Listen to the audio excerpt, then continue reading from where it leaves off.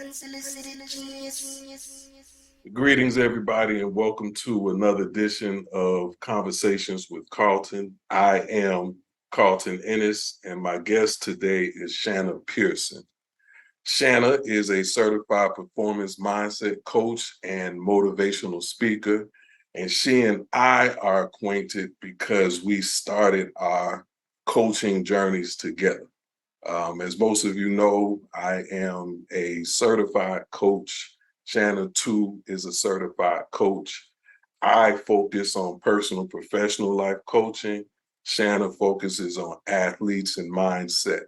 Um, Great leader. She got background in some other industries, motivational, powerful, insightful, and caring.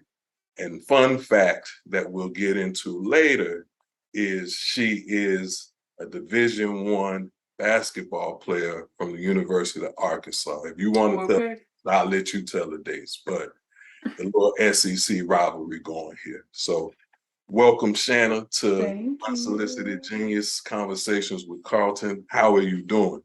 I am so good. I'm so happy to be here. Thank you for asking me. Thank you, Shanna. And again, welcome to the show. So share with the audience what your life's craft is. Oh, I love talking about this. Yes, as you said, I am a certified performance mindset coach.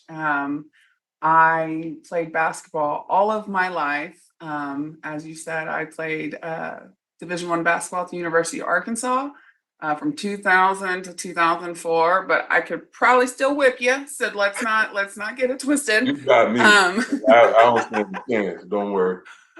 um, And it's interesting as I, went transitioned out of sports, I immediately went into, adulting corporate world. And I was in the oil and gas industry for about 15 years. And I noticed right before I got into coaching, I noticed that, a lot of the skills and the concepts that I learned as an athlete, they helped me so much in my corporate life, in my everyday life, teamwork, leadership, all of these things. However, the piece that we never really focused on is the mindset piece. And what are you saying to yourself? And how are you talking to yourself when you are playing sports, when you're taking a test?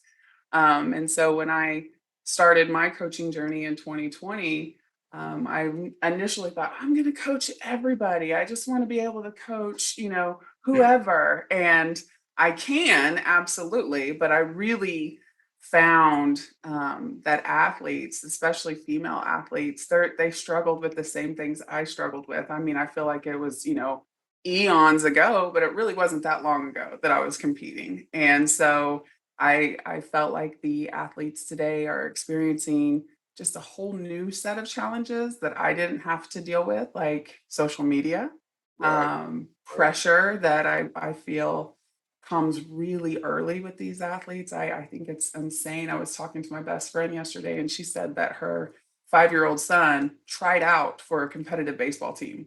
And I'm like, they're five. Like I have a 4-year-old daughter. She doesn't even know like how to score in a baseball game, let alone like be competing for trophies and championships. So I think the pressure comes a lot sooner than what I think you and I experienced competing. And so I just felt I just felt this pull and this call to go work with student athletes. And so I work with ages 12 to 22. We talk a lot about mindset. We talk a lot about how we talk to ourselves, the performance anxiety piece, the fear of failure, perfectionism, imposter syndrome.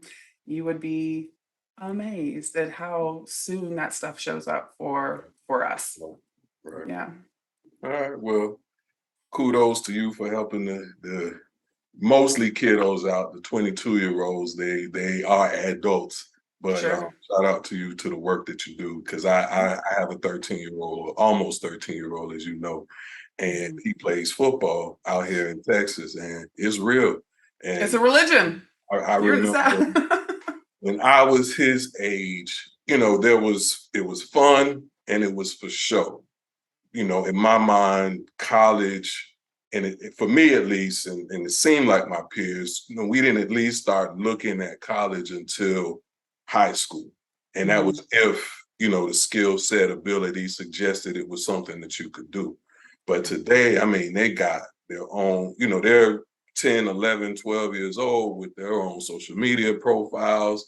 They're out there with getting, scouts looking at them now, targeting this graduation day. Damn 10, but 2020, 2030, I'm here. So University of Florida, Arkansas, Alabama, whomever, start looking at me. Mm-hmm. So as much as I want my son to have fun, is recognizing that that's the environment that he's playing in. So mindset is huge. And Mm-hmm. I'm a dad, I'm a coach, so I try to create that balance. But the mindset is critical because it is a lot of pressure, and it's easy, real easy for the fun to get sucked away. 100%, I agree. And I think too that we all start the sport because it's fun, right? And I talk to my athletes all the time. I'm like, when did you start volleyball or soccer or whatever? I'm like, oh, I started, 5, 6. Why? Because it's fun. I was with my friends and I was having a good time. I go, did you care if you made shots? Did you care if you made crisp passes? Did you care about any of that stuff? No, it's just I was out there having a good time. And you see the shift around 10, 11, 12, where, the comparison starts setting in, and that inner talk really starts to get. And as an athlete, that inner voice can be very motivating, right? I remember having several conversations with myself about push harder, run faster, one more set, whatever that is. But on the other side of it, that can get really debilitating. And so really checking that, like what you're allowing to come into your mind and replay in that subconscious is crucial. I think too, one thing I wish I would have known in sports is that, yeah, even though like I feel like I'm in the I'm in conscious mind, I'm in the present moment, there's still all of these like limiting beliefs and self-doubt running around up here in my subconscious. So when I'm stepping at the free throw line and there's 2 seconds left in the game and it's tied and it's all on me, man, that will flood you if you are not prepared. If you've not been doing that mindset work, and you see where people, you know, blow that shot or whatever that is. And a lot of that is, yeah, oh my gosh, instead of like, I am going to make this shot, or this shot is already made in my head. There's all that fear and doubt that can run through. Awesome.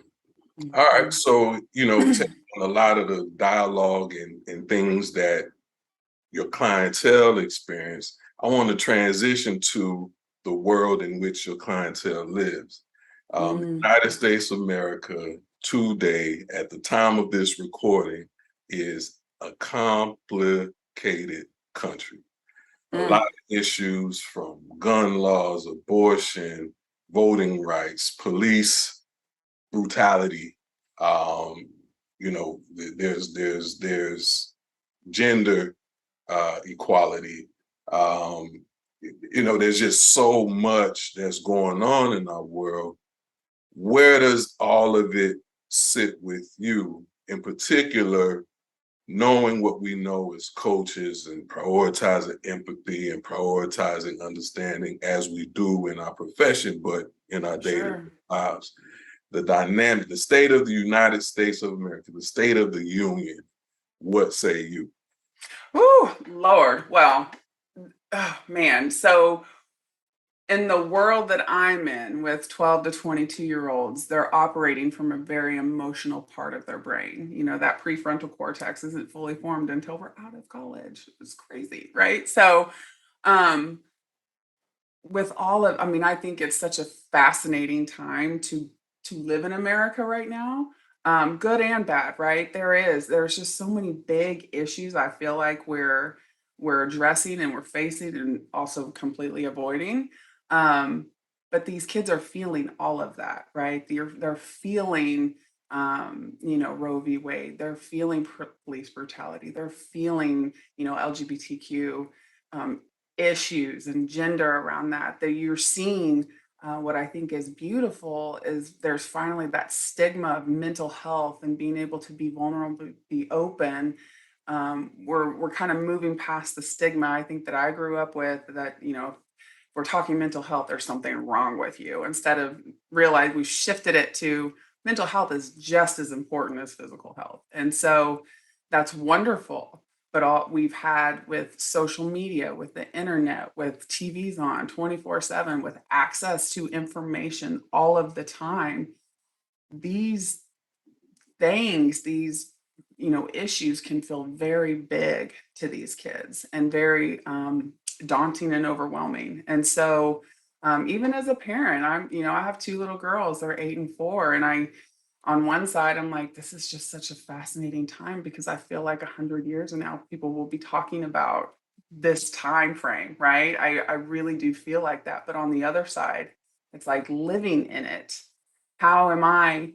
How am I, staying conscious and clear without all these influencers coming in? And how am I teaching that to my kids? And how am I teaching that to my athletes to be able to navigate all of this instant access, instant, gratification, instant access to the news, the media, whatever that is. And so um, it's interesting for me. It is a very there's parts that are triggering for me that I have to really be careful about. Okay, well that's my belief when we're talking about this. And so how is this showing up for this kid or for their parents? And so um yeah, it is. I mean, I feel like we could nerd out on this for about 2 hours because I think it's so like I just think it's so unique. I don't think we've ever experienced. I mean, I know in my lifetime, I haven't experienced the magnitude of some of the issues that are going on in our world right now. Well, you talked about the how. So how do you go about navigating this? And you have your own how, you have a how for your children, and you have a how that you teach your clients with. So Mhm. talk about a couple of those hows with all Sure. this happening. And for me, I put a lot of the responsibility on all the medias, television media, social media, news media, etc. So with all of the inputs and all of the sources, I mean, we're surrounded, right? Like you said, Mhm. hours. So how do you remain even? How do you go about remaining conscious so that you're not inundated with all this stuff?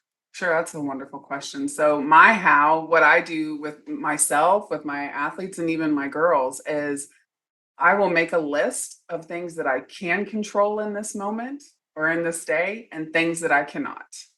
And so for me, I can control how I feel about this situation. I can control how much information I'm grabbing out there to, to validate my own feelings or even, invalidate my own feelings. Like I want to know both sides of everything. That's just kind of how I am. But with my athletes, I break it down like what can you control today in this moment? What can you not control right now? And when you cannot control it, release it. Because we do spend a lot of time focusing on what other people are saying, what other people are doing, what is going on around us versus how we are reacting and responding to that stimulus. So that number one, how what can you control and what you can't, just let it go. And then I set for myself and for my girls and even for my athletes, I highly encourage them to set limits on things. When you feel like you're being influenced or you're getting triggered by certain things, put the phone down, close the laptop, go outside, go for a walk. I what's crazy is, with what I wish I would have learned and when I was way younger is meditation. I teach meditation and visualization to all of my athletes. I even work on it with my 8 and my 4-year-old.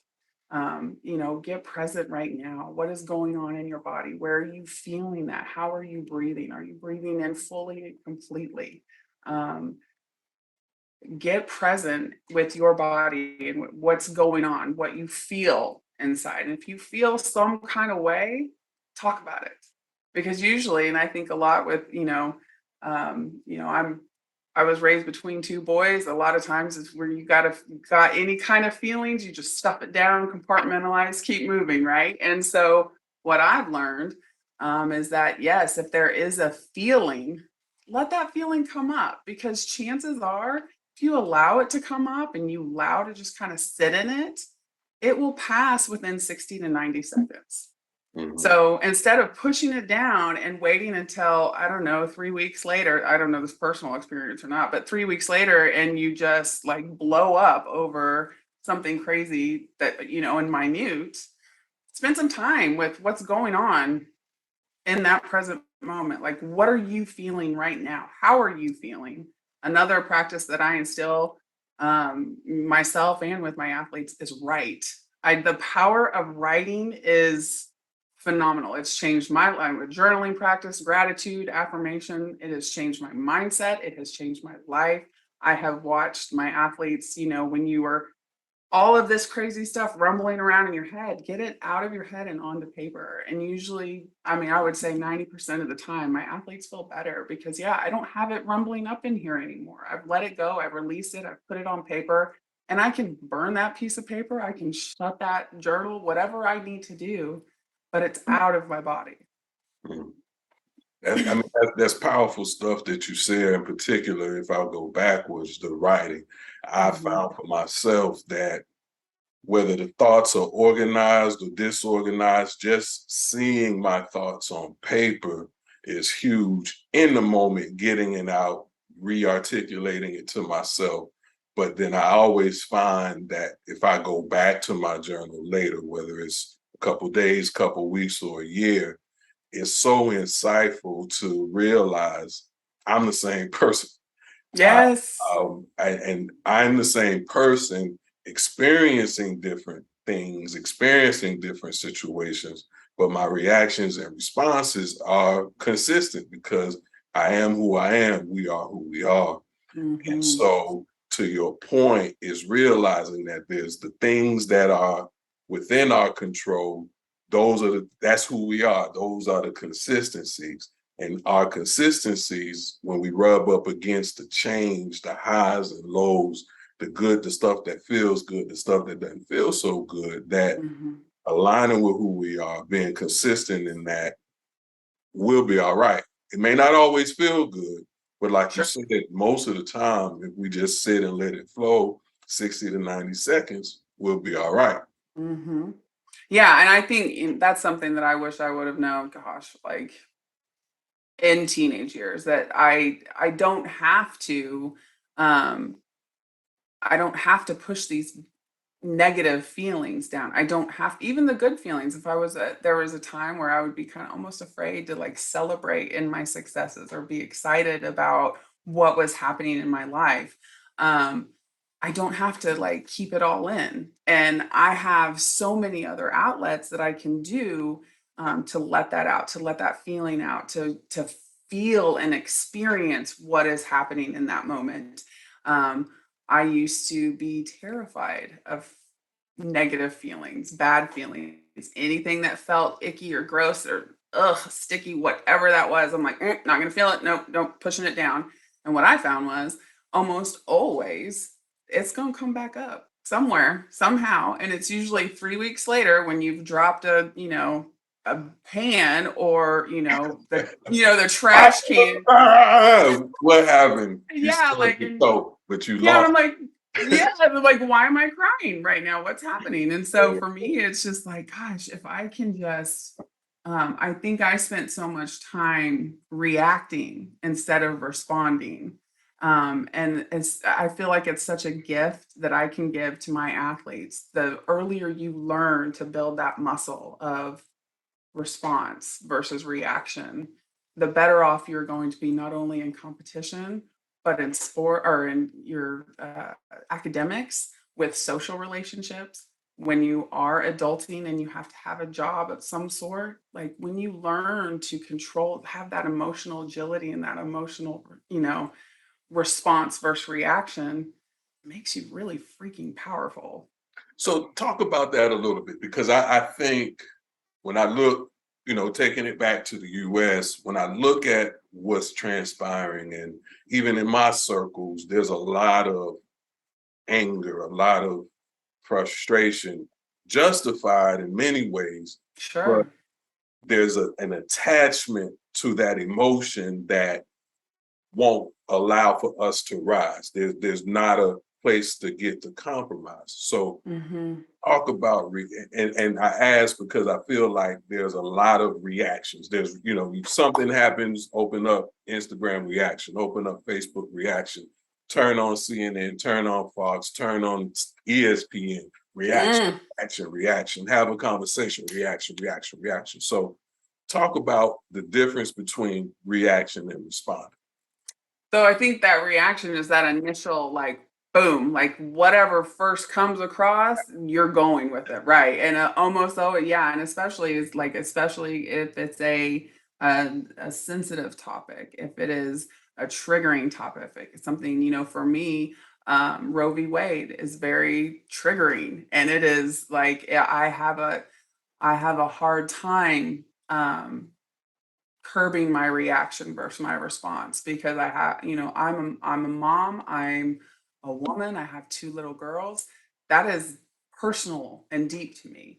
And probably can experience, what you're talking about. So for me, my reaction is that innate feeling or response that I get from whatever stimulus that is. And for me, a lot of times, it's much better now, but a few years ago, like it was whatever reaction that was, I just went with it, and I would just blow up, or I'd go fight, like usually not fight, like no, I'm not throwing hands and like the trade for it, like, yes, but You got like your life behind you. I hear you. but you know what I mean? Like I want to fight. Like I want to fight and I want to, I don't mind being, in a confrontation. Like that doesn't bother me. And especially if it had anything to do with someone I felt like couldn't fight for themselves. I was ready. Like I was at the ready. What I found a lot of times is when I'm reacting that way, I'm not getting all of the information. I'm not getting all of what is happening. I'm just responding to like or reacting to a sentence or inflection in the way someone's saying something versus okay, that made me feel some kind of way. Yes, I take a deep breath, especially if anything is overly triggering. I take a deep breath and I'm like, okay, why am I reacting? Why is my body reacting that way? And so instead of going with that initial reaction, I get curious about that initial reaction. Why do I feel this way? Why is this making me angry? Do I have all the information I need right now to respond? And so this is so unique with, working with teens and young adults is that again, they're operating from a very emotional part of their brain. And so they're gonna react. Like it is just like it's an emotional, like they almost can't really process what's happening. They're just going on instinct and emotion. And so just taking that pause, that deep breath of why is this bothering me? And that reaction is usually because it's violating a value or a belief system of yours, whatever the case may be, right? So for me, I believe women should have the free choice to do whatever they want with their body, and it doesn't need to be legislated by, the federal government. Okay, that violates a belief for me because that's what I feel like is true and or my truth essentially. And so, that reaction, you have that initial reaction, the initial response, deep breath. Why is this affecting me? Do I have all of the information I need to make a informed response? And then once you feel like you're there, then respond. And that response tends to be, yeah, you can still have emotion around it. You can still be, passionate around it, but you have the information and the knowledge and all of that wrapped into one when you are responding versus when you're just going off of instinct and reaction. And is it fair to say that, in any given moment, with, if the trigger is another individual sitting right across from you, it's okay to walk away. It's okay to say, you know what, I'm gonna need a moment and another time to digest this, and I commit to you that I'll come back with a response as soon as possible. God, I highly encourage it, right? Because I think too, when we are reacting, there's also the other side of piece that what I could say is going to really hurt this person's feelings, or this person is going to react very strongly to what I have to say. So for me, the message for I need to be clear. I need to be clear and concise in what my messaging is. And I can say, yes, this hurt my feelings. And let me tell you why. Let me tell you why this hurt my feelings. I really want to hear what you have to say. I really want to have it, an informative and helpful dialogue in this moment. And so it is 100% fair for your peace and your sanity to say, okay, I'm having a reaction to this. I'm going to need to like back up and take a few minutes. I'm going to go get a breath of fresh air. I'm going to have to go just check out, go do some like mindless reading, whatever it is. I need to just kind of figure out what is happening and what's going on before I come back with a response to you. All right, folks, you heard it here. There is a difference between reacting, and responding. And you got it from the subject matter expert. Mm. Take a breath, take your time, and choose your response. Mhm. And on that, we'll take a break and be right back.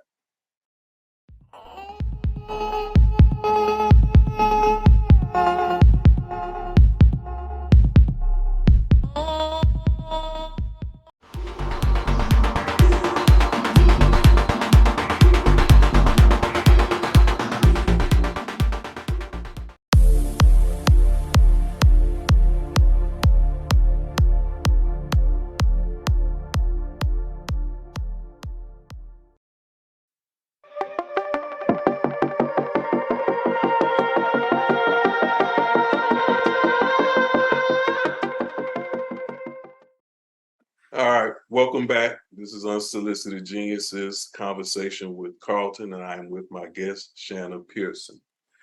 All right, mindset coach. You are an athlete, a coach for athletes, and you also watch sports. Mhm. So in your world as a coach and all, you shared a lot of what you work with your clients on. When you turn on ESPN, when you turn on the game, basketball, football, what are some of the themes that you see as opportunities? Be it Deshaun Watson and his shenanigans, or Tom Brady and not retiring, or the legacy of LeBron James, any sport. What are some of the mindset themes that you see as opportunities that if you could get to these athletes, you could have this conversation with them? Well, I think it's so interesting that you brought up Tom Brady and LeBron James because I feel like the mindset piece for them is like who we aspire to be, right? Like when I think of mindset, I think of Michael Jordan, I think of Kobe Bryant, LeBron, Steph Curry, these people that have the mindset is they've shifted the way they think about how they're playing the game. This game is a job for them. This is their livelihood, but it's also their passion. They love their sport. They love what they're doing. And on the other side of that, I mean, if you've ever listened to Kobe's, like any of Kobe's interviews, like they're just, that was his mission. I'm going to be the greatest athlete or basketball player of all time. Like, period, point blank. He was always very, very, um, precise. This is happening to me. I'm doing this. And he did, right? And so when I look at stuff like that, I think about, gosh, the power of belief. That's one of the first things I think of. Have you seen King Richard with, Yeah, in oh, fact, I watched it straight through, but then it was in the background a couple of days ago, and I picked up on some other nuggets as it went on. oh my gosh. So like the power of belief is what comes up for me with King Richard. Like he wrote a whole manifesto of how these girls were going to be goats in tennis. Like they are, Venus, and he said this, like, you will be number one in the world. Serena, you're going to be the greatest of all time. He told them this when they were 13, 14 years old. Like, and to have that type of belief and trust and like conviction in you at such a young age and to grow up with that. Kobe is very similar. He at 12 and he started playing basketball and his dad was like, you know, I believe in you. I believe in you. I know you're going to do great things. And so seeing these professional athletes, you can tell the ones that have really the power of belief. Like I I believe I'm supposed to be here. I have earned my right to be here. I deserve a place on this team versus the ones that really struggle. They may be amazing athletes, but they haven't worked on that mindset piece. And as a result, they get caught up in, shenanigans off field or off court. And so the biggest thing that I talk about with my athletes is you have to believe that you can do it. You have to believe, and you believe it with every fiber of your being, that if you want to go be, the best volleyball player of all time, the best soccer player of all time, I'm I'm not going to judge that. Like that's you. That's your journey. And if you believe it and you are convicted, the only people or the only thing that can stop us is ourselves. We've been given all the talent and potential in the world. It's up to us to how we access that and how we utilize it. And so it's always interesting to me to watch these athletes now, especially coming at it from a mindset perspective, right? As an athlete, I'm like, "Ooh, they're awesome, man. I could, I wish I could shoot like that, or I wish I could dribble like that, whatever that is."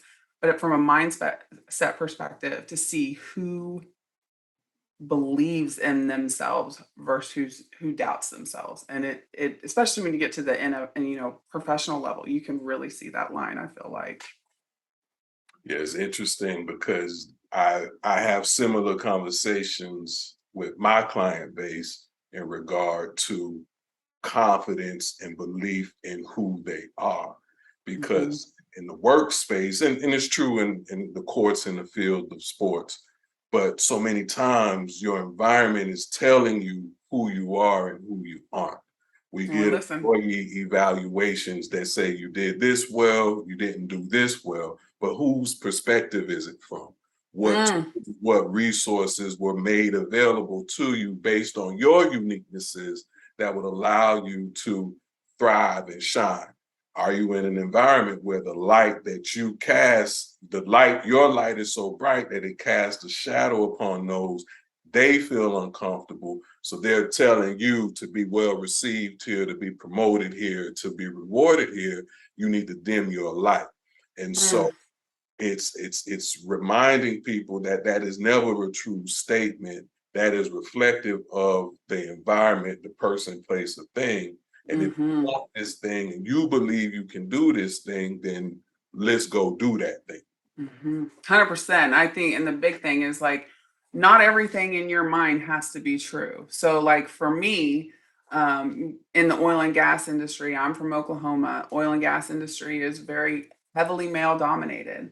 I Mhm. went through that entire industry with that, like male dominated, and women don't get a fair shake. So with those two belief systems, how likely is it that, and I still did, I still excelled, but when I think about, instead of viewing that as a hindrance when I was in the oil and gas industry, what if I viewed it as a challenge and an opportunity? What if I shifted the perspective around that? And as far as I was able to get, even with those limiting beliefs, it excites me to think, gosh, had I known what I know now, how to, work with this, what I could have done in that industry. And instead of, um, you know, getting frustrated with and, being like, well, I mean, of course, it's a male dominated industry. I'm only going to get as far as, Right. this far. Um, what could I've accomplished with, having a different type of belief system that yeah, maybe male dominated, but I'm a ball buster, or I'm just as badass as, those men here. I wish I would have had that belief system then, because I think it would have been really fun to see what I could have accomplished. Well, you on your path, right? I think Yes. the life lessons from that space, because our journey's similar, you oil and gas, me healthcare, even though that wasn't our destiny, the experiences, the lessons learned, the relationships created, the things that Mm, contributed and received make right. us better coaches. Oh, 100%. And I love that you say that, because yes, if it weren't for being in the oil and gas industry for 15 years and having some of the values and belief systems that I had already, I wouldn't be where I'm at today. I'm grateful for the experience. I'm grateful for knowing that, yes, I have the ability to challenge what's going on up in here. What are the assumptions? What are the interpretations that I have? And so I spent, after being in the oil and gas industry, I spent about 3 or 4 months kind of being pissed and frustrated that, man, I felt like I let them win somehow.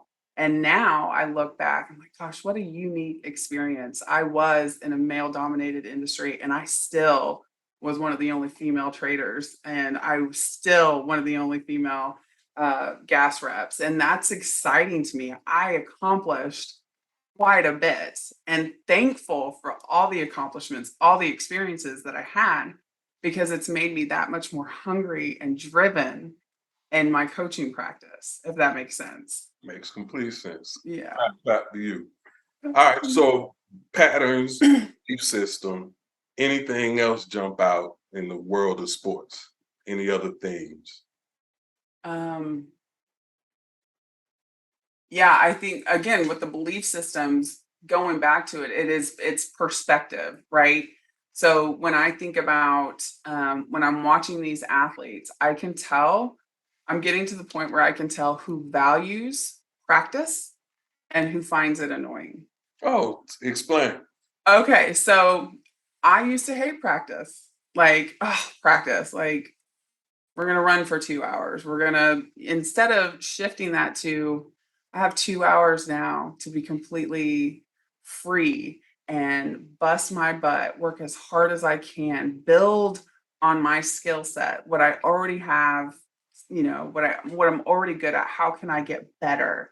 I would apply that to shooting because I was a shooter, and so I would spend hours before and after in the gym shooting, but I didn't want to spend hours in the gym running or lifting weights or dribbling skills because I'm like, I'm 6'1". I don't really need to be dribbling anyways. So that's, that was then. Like now, of course, a bunch of 6'1" girls are out there just running around dribbling, Right, right. and I would love it. Um, but yeah, the perspective of who is valuing that time off of the competition space, right? When all the lights are on, it's game time. Everyone thrives in that, right? Everyone loves that. But who is putting the work in? Who's putting the work in when nobody's watching? Who's putting the work in not only on the practice floor, but watching, game film, reading books by other great athletes, reading books by great trainers of athletes, talking about that mindset piece, that perspective of this is my craft. I want to do everything I can to be the best I can be at this job. So how am I doing it? And it's not just during games, it is practice. And I can tell it's crazy who is really focusing on getting better in practice versus who is just running reps so they can play in the game. Yeah, you mentioned Steph Curry earlier, and I've shared this on the podcast show. He is so inspiring to me because I remember who he was when he first came to the NBA. I mean, I watched his father, so I was aware of him. Sure. College, he got drafted, but he was hurt. He was okay. So I just, I thought he would be an above average athlete. But it Mhm. seems like I couldn't pinpoint the seasons, but it seems like for one season, he was above average. And then the Mhm. next season, the GOAT had been born. Mm. To watch the physical limitations, he's not big, he's not the tallest, but with what he can do, his mastery, Mm. because we all know the shots, the fact that he Sure. shoots 3-pointers feet away from the line and Mhm. can turn around and high five the audience before the shot goes in, right? Mm. But his handles are ridiculous. And Mhm. to see some of the footage of what he's done to do that, I hadn't quite thought about it in the way you describe it, but clearly he's somebody that values practice. And Yes. we talking about practice. What practice? Practice. That's Kurt Warner. Yeah, we're talking about practice. And I love AI. I love me some Allen Iverson. And always he gave his heart. He was heart. Yes. But we also know his indifference to practice and maybe where it showed up on the court toward the tail end of his career. So that's insight, good insight that you provide when it comes to the value of practice. And even if it's not something you like, it can be something with a shift in mindset that you come to value and take advantage of. 100% right. And I think, yeah, just to your point, Allen Iverson, yeah. And I heard a podcast where Kurt Warner was saying how he didn't really feel like practice was super important. And I mean, we all know the story of Kurt Warner. Like, no one thought he was going to be who he was, but he shifted, and he'll talk about this, how he shifted his perspective and his mindset around practice. Instead of it becoming like, oh, I'm just on the practice squad and I'm not going to get any reps on, Saturday. He was like, how am I going to kick their butt in practice? And what do I need to do to get to the point that I am consistently kicking the starting quarterback's butt in practice? Like, to me, the competition of that just like, oof, that just like makes me salivate anyways. But just changing how you feel, which you are 100% capable of. If you're walking into practice like, "Ugh, dang, we got practice again," how likely is it that you're going to show up and show out for 2 hours versus I'm about to go get better. I'm about to go get, 10 times better, 20% better, whatever that looks like for you, because you are valuing the time that you're spending in the gym, on the court, in the field, wherever that is, perfecting your craft and becoming it is mastery, where it is instead it's like, you're affected by, the wins and losses, that mastery of like, I know without a doubt that I am a hell of a player. The wins and losses or my stat record really aren't, that's going to speak for itself, but I'm not going to be defined by those things. Amen. Mm. Arkansas, college football is around the corner. Mm-hmm. What are you looking forward to this season? Well, so I'm an Arkansas fan. I am really, really excited this year about our football team. We got some really, really good players in the transfer portal over the offseason. I am from Oklahoma, and so one of them is a player that came from Oklahoma to Arkansas. So I kind of followed his career at OU, and now I'm getting to watch him play at Arkansas with the right red on instead of that crimson. I mean, I like OU, but you know what I mean? Like, I'm going to default to Arkansas. I'm just super excited. I'm a big Brent Venables fan. He is now the head coach at University of Oklahoma. He came from Clemson. He was at OU prior. To watch a guy with intensity and like fierce dedication and love to his team, and I mean, it pours out of him when he's talking and when he's coaching. So I'm really excited to watch Oklahoma football this year because I just love him and I love the energy that he brings. I'm super excited to see. I think Arkansas is really going to do well this year. I think we're going to be a contender. Like, I think St. Pittman's doing some really good stuff there. I think Florida is going to do terrible again. I mean, it's just like, well, you went there, and this, this isn't a competition show. Conversations with Carlton show, so we can talk about it. And I'm nervous. I have been disappointed in my Gators for several seasons now. New coaching staff. I personally don't keep up with a lot of the off-season moves because they can be whatever they were in high school. They can be wherever they were at the other university. But when they put on that blue and orange, what will they do for us? So I wait to see what we put on the field. I don't get caught up in the signings. And so I don't know. To be a Gator, I have close connections, or I had close connections to some inside stuff with the team under the previous administrations. And it's great to be a Gator, but the things that we do ain't always great. And so I was Mm-hmm. watching one of the ESPN shows, and they went into what is the likely ranking and or record. That's what it was of some of the teams. And they started with University of Tennessee, which in all of the SEC, that's the school I dislike the most. A lot of Gators don't like Georgia. Same. The whole world is Alabama, but that orange, that Tennessee, patootie. It's the Rocky Top for me. It's like I think I've heard it so much in the SEC tournaments every year, and then when you That play, would do and it. so when That I would also when I played at Arkansas, Pat Summitt was the coach, so it was interesting for me because I would love to see her on the sidelines, but then I'd hear Rocky Top and it's like, oh, this orange and that Rocky Top. I mean, I get it. The fans are passionate. You love you love your team. I understand, but for me, it is LSU. that's fair. The passion runs deep that I dislike them and LSU is also close. yeah. I think if I started from the bottom up, it's Tennessee, LSU, and everybody else. Alabama is Yeah. universal. Alabama is just sick of them.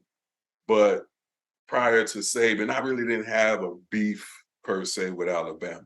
Sure. Bottom up is Tennessee, LSU. Now, bottom for me is Florida State. That's just a given. Well, From I mean, yeah, that's a given. I get But it. bring Tennessee up because watching this show and they said that they are an improved team. I've seen that. I think they will be. And I think they had them at, highly likely at being 700 and then Hmm. 700 being 500. And then they Hmm. came to the Gators and they were like, it's a good season if they 6-6. It's a good season if they make a bowl game. It's an improved record. 5-6 wins is where they were projected us. And Hmm. what world am I living in? I don't know at any point in time going into a season Hmm. been for 500. Yeah. That the competitor and the athlete in me really has a problem, which is okay, we can expect 500. Like that's and it's interesting because Arkansas, there's not a professional team in the state of Arkansas. So the Razorbacks are really kind of the team. And so it's always interesting to see. I mean, I think the fan support behind the Razorbacks is insane. They are our fans are amazing and they're crazy. And I think, with football in the South is a religion, and I think it's really interesting what they're about to do.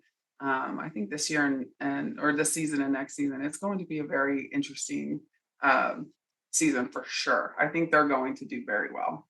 Yeah, I could get excited for y'all a little bit, but Yeah.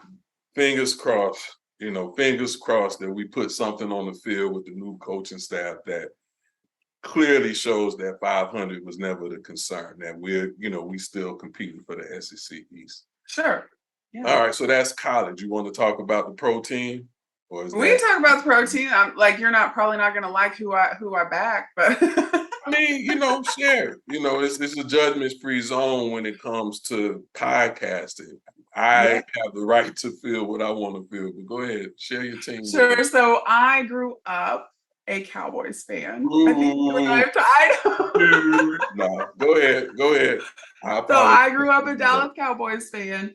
And then probably in the last 10 years, I've become a Chiefs fan. And so I was a Chiefs fan before they won the Super Bowl. And so I am mildly obsessed with Patrick Mahomes. I think his career and his drive and I don't know. I really like him. I think he is a good leader, a good quarterback, has great energy, and Um, I love watching them compete.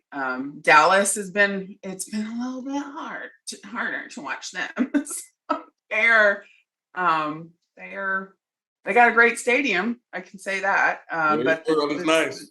yeah, but the team itself it's been a little hard to be a fan the last couple of years. So we'll see. Like I don't ever, with the Cowboys, I'm just like, oh, like we'll see how it goes. But with the Chiefs, I feel a little bit better. Like, okay, I think they're gonna be good this year.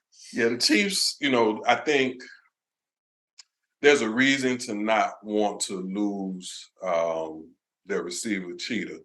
Uh, Mm-hmm. there's a reason that you want him, but with Andy Reid's brain as a head coach, Pat Mahomes' brain, skill, athleticism, work at Mm-hmm.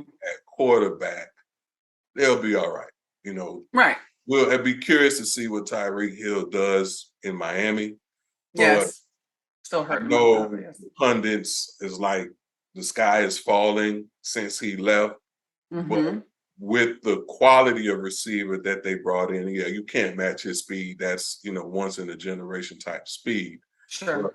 I think they got some athletes, they got some hands, they still are fast. So I think the Chiefs will be all right. I'm actually, again, I hear what they say on TV, but I'm excited about the Giants. I think we've been low long enough. Um, Granted, we got Super Bowls in this millennium, so you can keep your cowboy faces expressions. Um, but I know I'm confident that we'll be better than we've been. I'm confident in the coaching staff that we have. Our offensive line, I didn't see this weekend's preseason game, but I did see the first week's preseason game. And granted, it was preseason, but that's the best our offensive line has looked in 6, 7, 8 seasons. So the fact that they showed up for a preseason game, and that's It's the great. second team, third team, etc., at least gives me some confidence that the reason that we face challenges, it won't be because of the offensive line. If Danny Very true. Dimes ain't got it and we got to move on, so be it. If Saquon don't have it and we got to move on, so be it. Our wide receiver core, Galladay, I think is time to have moved on, but that's neither here nor there. We got some defensive athletes out there.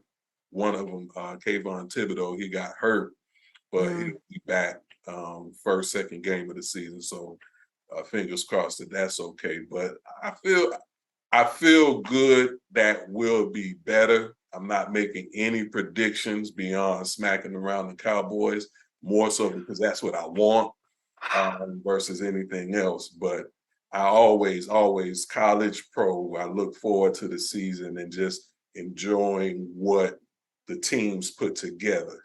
Uh, Mm. I prefer that it not be Alabama or Clemson when it comes to college. NFL, I can take it how we get it, Right. except the Cowboys. I can take it how we get it, but I look forward to both seasons getting started. This is always my most favorite time of year, like when kids are going back to school and football season is starting and right around the corner is basketball season. So like for me, they're my favorite sports. And I feel like I should get to watch them all the time. Like Saturdays in the fall when you got both TVs going, like one outside, one inside, like it is that I'm done. Like that's happiness for me. Yeah, I feel you, and I like, to your point, football, basketball starting, or football going, basketball starting. It's like my week is full. I think maybe, Yes, and even Wednesdays there'll be an NBA game on somewhere. So you're it's like right. Sunday to Sunday, I don't have to worry about my entertainment. No, Saturday I'm busy. night, I Yeah. love the West Coast games, Hawaii, UCLA. They're playing 9 o'clock, 10 o'clock Central Time, so I got something to go to sleep to, and then Sunday something to wake up to. So for sure, it is my favorite time of year, especially Yeah. when that temperature drops. I like when I get Yes. that first crisp breath of crisp air. Yes. Then it's game time for real. Oh, I love it. It is, oh my gosh. Like I remember, I still feel the way I felt in college on game day when it like you said, it's almost you can smell the fall in Hmm. the air, and then you can like for me the competition. Yeah. I still feel that way. Like when it's the end of August, September, October, because it's just, yeah, the weather's changing. It's hoodie weather. Like, let's go make all these snacks for, watch parties. And then I start with game day at 9 a.m. and I'll have games on all day because I just love it. Get all tingly inside. I know. I'm like getting excited. Like Christmas, like a long Christmas. Oh, I know. It's good All stuff. right, we'll take a break and be right back.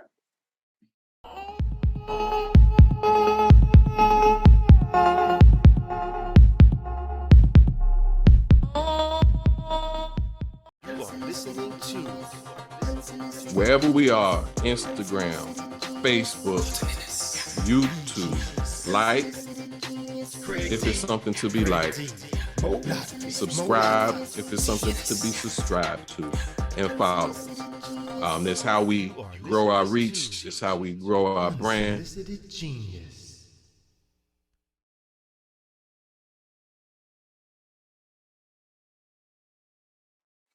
Welcome back to Conversations with Carlton. I'm with Shanna Pearson. And so my next question for you is, what are you watching?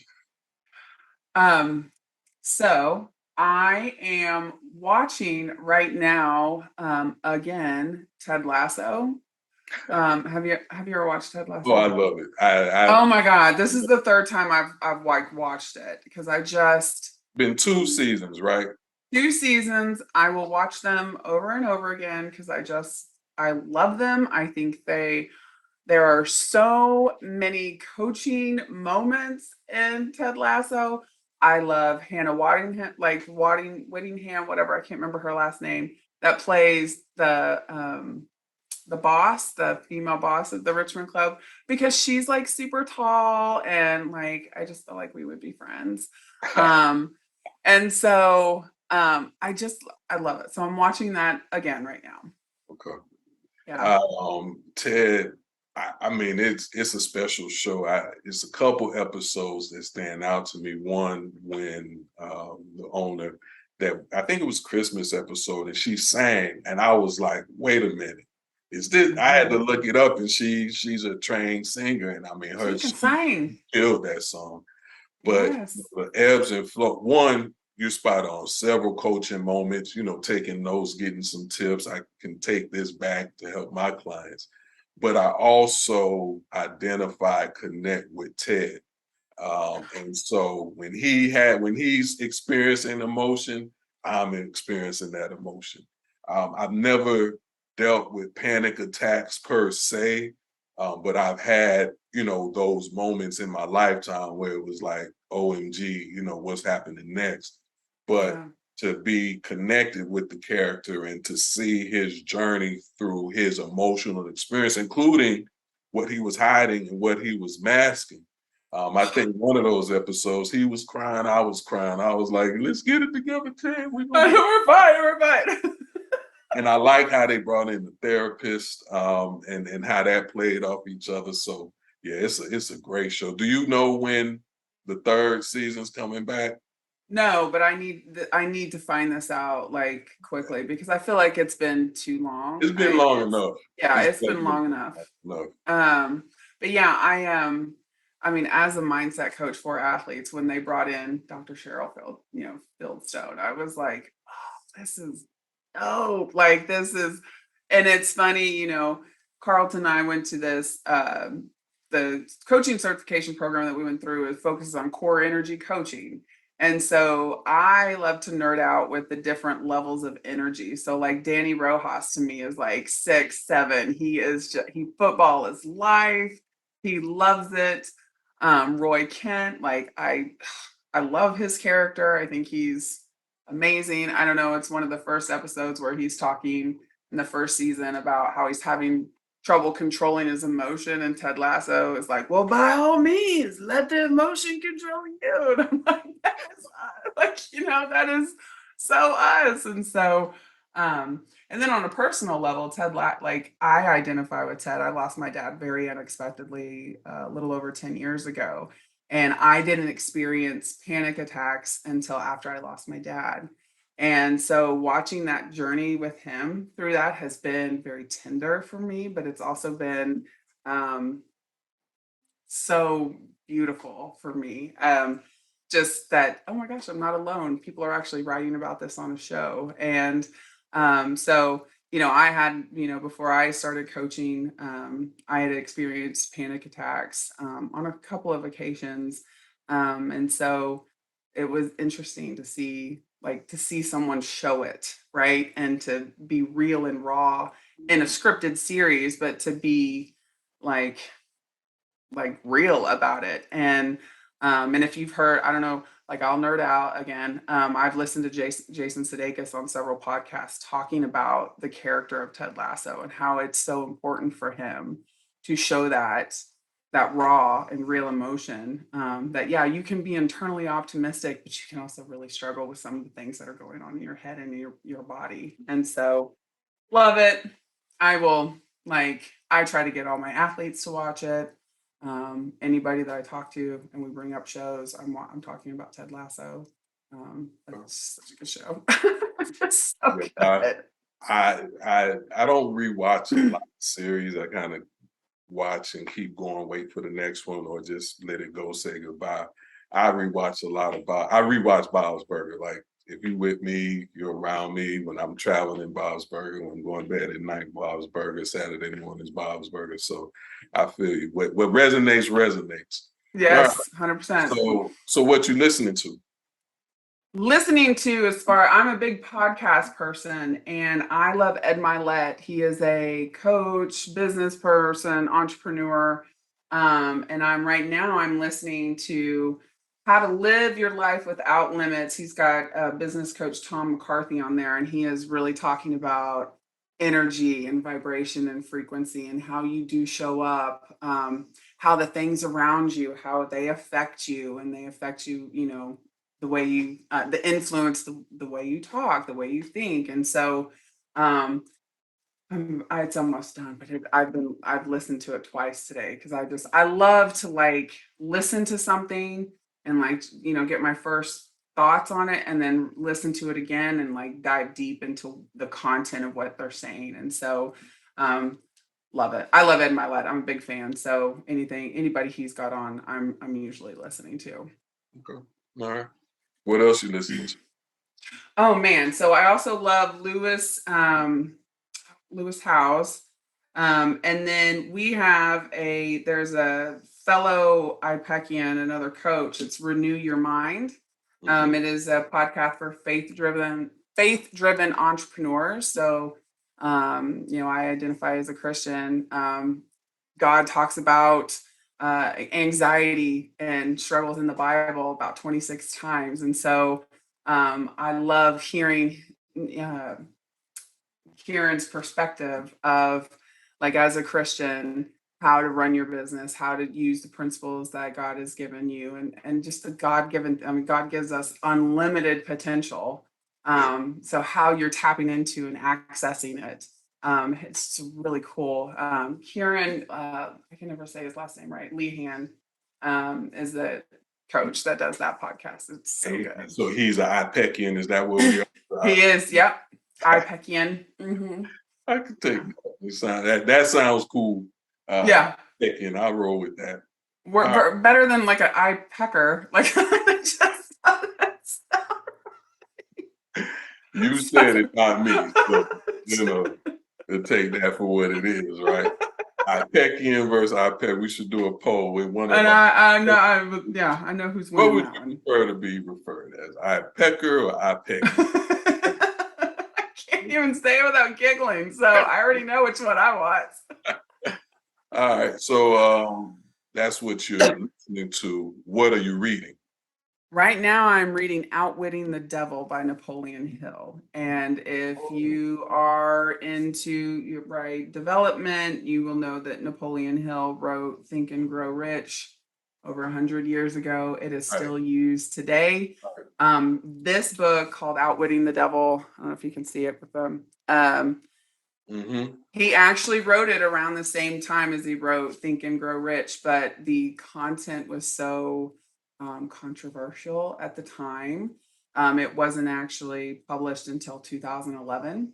Wow. And Yes, and so Outwitting the Devil, The Secrets to Freedom and Success, and Napoleon Hill is literally going through this book talking about his like mindset and how like the thoughts and the beliefs in his head are affecting how he's showing up as a businessman. And then there's a conversation with the devil, and the devil is those self like limiting beliefs, those blocks that we have. And I've talked to a few Christian coaches, and this is a whole other topic, but like, who is the devil? Who is the enemy? And is that in your mind, or is that, just that negative self-talk? So this one's been very interesting. I don't know. I love writing from like the 20s, the teens and the 20s. So like the way he writes things is interesting to me anyways, and we don't talk like that anymore. And then it was annotated by a lady named Sharon Lecter, and she's got some really interesting insight, after chapters and things. And so it's really good so far. I'm a fan. All right, I got to check that one out because I'm Yeah. actually on my almost done my almost completed my reread of Think and Grow Rich. I read it long time ago, probably say in my 20s, trying to figure life out. And so now that I'm in this phase in this chapter, it's come back up in terms of coaching conversations. Yep. Like I said, I read a lot of Abraham Hicks laws of attraction, and it's all, all of these concepts are connected. So I've gone back to it. And Yeah. it's been an interesting journey because, there's some highs and lows, the time and my awareness of, racial dynamics at the time that this was written and where some of that shows up. So it's been a great read, and, I think it's earned all of the accolades and praise. So I definitely be intrigued to check out this other one. You Say need it again. Outwitting the Devil, The Secrets Outwitting. of Freedom and Success. And what I think is so cool, but I don't even like Think and Grow Rich. Like the things that Napoleon Hill was writing about, you have to remember he's writing about them 100 years ago. I mean, he was very much a forward thinker for his time.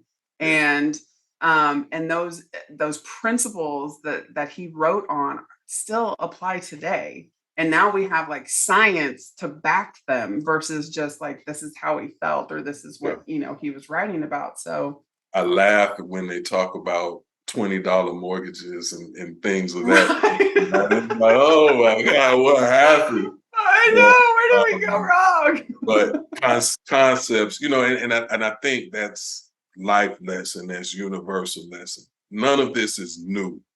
Right. Every year, every so many years, there's the end of this, the world is crumbling, this, that, and the other. The world was falling before we got here, right? So whatever our existence is and whatever time we have here is realizing that these things have happened before. So it's just going back to some of those core principles that are present in books, present in the Bible, present in life experiences and lessons, and just holding on to that and letting a lot of this stuff go. When outwitting the devil, I think of one of my favorite quotes from Batman is, "Have you ever danced with the devil under the pale moonlight?" And that, I think that was Joker that said it, and it just, my short answer is yes. But then, who is that devil, right? I think, we talk about the enemy. There's things that happen outside of us. There's people who do not have our best intentions at heart. But going back to what we can and can't control, it's the one that's in here that penetrates here, that if we all dealt with that, the problems would go away. Yes, I love that. My favorite verse in the Bible is Romans 12:2, and it's like, do not conform the ways to the world, but renew your mind in the faith of the Lord. Like, God knew that this was going to happen. Like you said, there's going to be a breakdown. So don't conform to what's already happening. You have this weapon up here. Use it, and use it to control your area of influence, your circle of influence, how you're showing up. The world around you can't control what's happening.